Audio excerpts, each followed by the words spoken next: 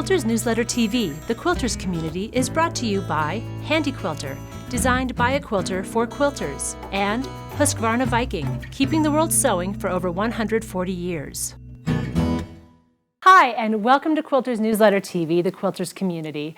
I'm Mary Kate Karr-Petras, and I'm here today with Barb Eikmeier. Hi, Barb. Hi, Mary Kate. Barb is a teacher and an author and a designer, and Barb is here today to show us a hand applique technique where you baste it from the front using your sewing machine. I use my sewing machine, yes. You can do it by hand, but I use my sewing machine. Yes, and the hand basting is something that I learned long time ago when I first learned hand applique techniques.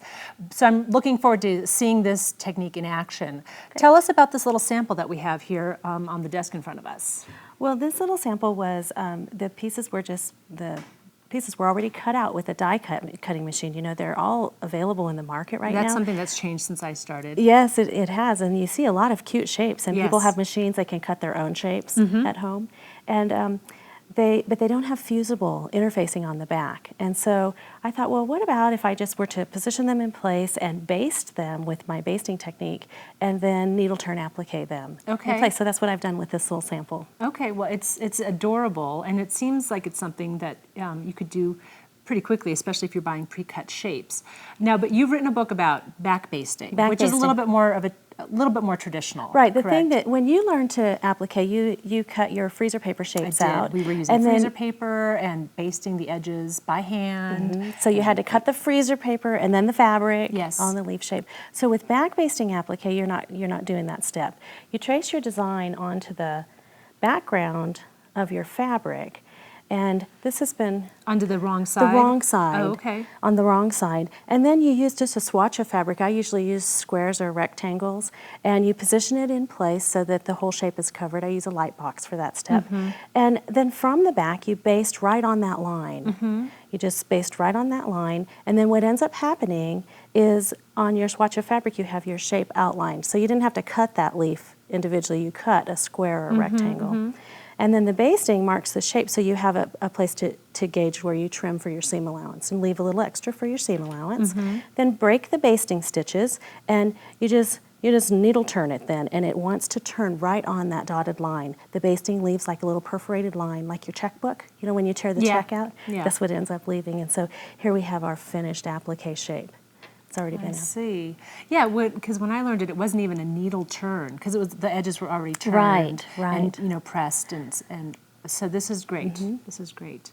All right, well, let's see. So this is the back basting technique. That's the back basting. And you then turn this over so that you're basting from the front and then continuing on. Well, sometimes I have students that have pieces already cut out for a quilt, and then they learn that they get the hang of having that basted line there, and so they want to have that perforated line so that it turns right on the edge. And so I got to thinking, well, they could just baste it. Just put their pieces in shape, and now there's all these die cut shapes. So I just played around with it a little bit and kind of came up with this little lesson. Great. Let's take a look. So these are just some examples of some die cut shapes. These are just some cute little butterflies, a whole bunch of them in that package. And these are just positioned on a charm square, and then you baste it in place. So I have one here that I can actually show you that. Great. Let's take a look. Okay,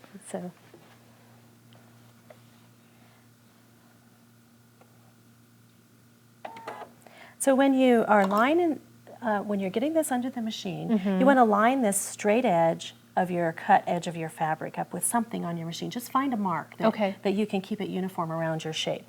And so for me, today I'm going to use just where this bar comes together right here. That's what I'm going to kind of line it up with. And this machine, we can do this little cool pivot thing. So as I'm sewing, I'm just keeping that lined up. When it wants to jump, I pivot. You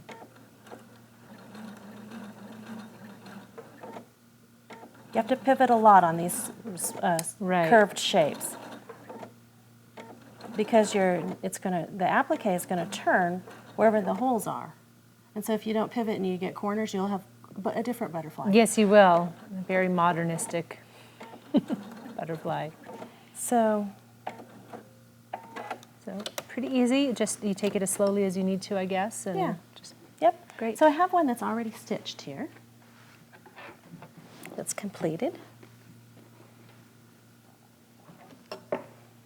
And we can actually do a little applique. Yes, I would love to see that. Like I said, it's been a while since I actually have actually done that, yeah.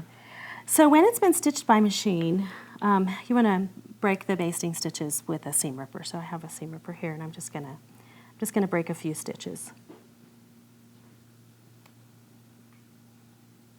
Now, if I were doing this at home, I would go ahead and break about every 4th or 5th stitch all the way around it. Oh, even just at getting started, yep. You would go ahead and do that? Because, yeah, then I don't have to stop and do it once I start sewing.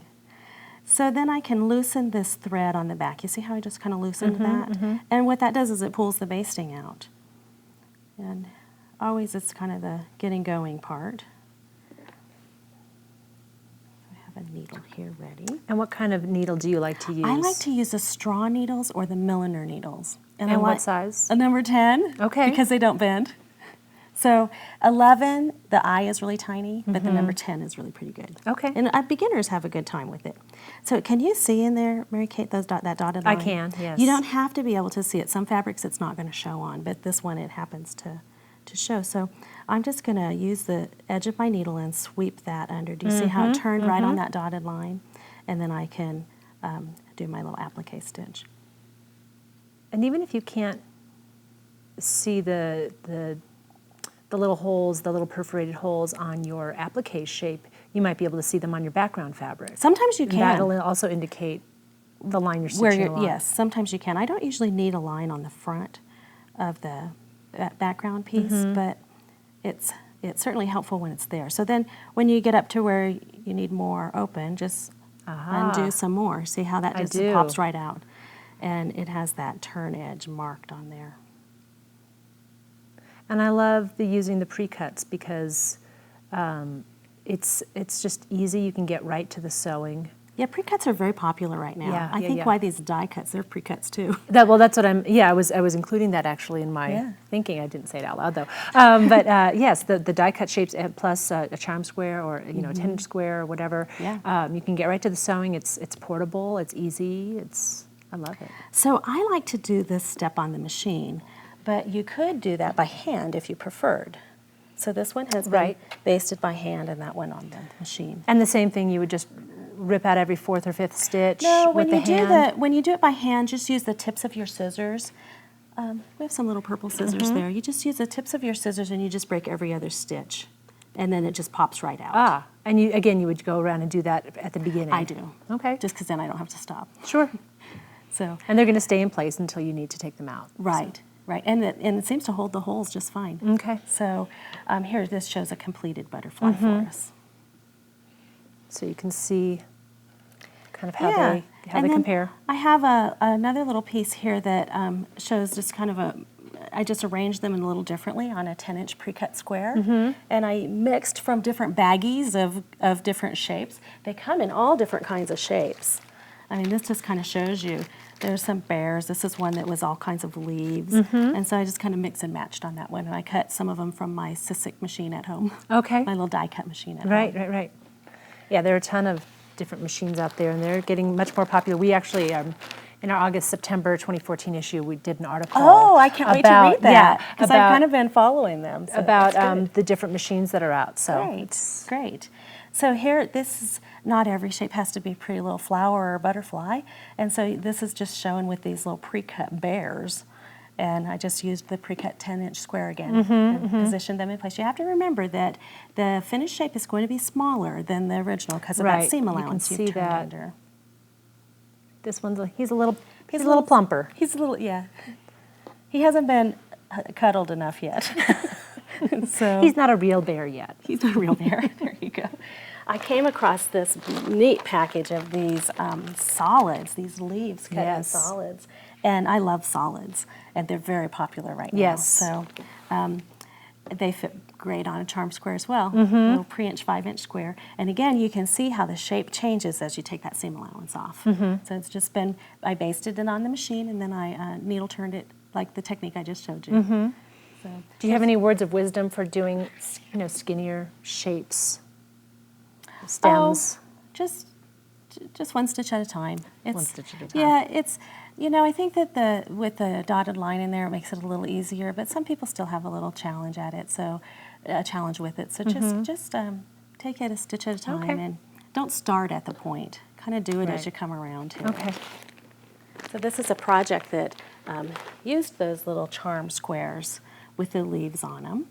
And I just sewed it into a big 9 patch, and I put the leaves in the corner of the 9 patch in all 4 corners, and then cut down the middle to, they call the disappearing 9 patch, and then rearranged them and sewed them back together into this little banner. That's really, really, really sweet. And easy and beautiful, beautiful. So, and again, you can just use a charm square packet in coordinated colors, solids like that. You can use prints too, whatever goes well with whatever your pre-cuts are.